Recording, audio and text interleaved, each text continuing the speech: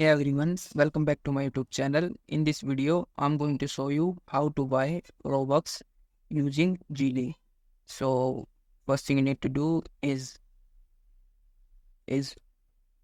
ensure that your Zelle and PayPal bank account is ready because there is no direct way to purchase Robux with it directly with Zelle. So you need to take help of PayPal. So first you need to make sure that both of your account is ready.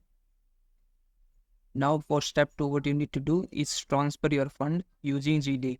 So first open your Zelle app and then choose the recipient account,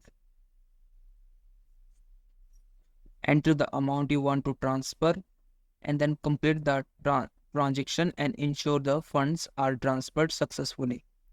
Now what you need to do on third step is use the transferred funds. So if you transfer fund to PayPal, simply open PayPal and confirm Zelle transfer amount has arrived.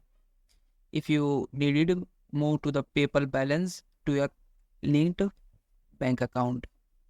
So now what you need to do is open up Roblox account by going to roblox.com and then click on Roblox icon on top right corner and then select the amount of Robux you want to purchase and then choose PayPal as your payment method and then simply confirm the purchase.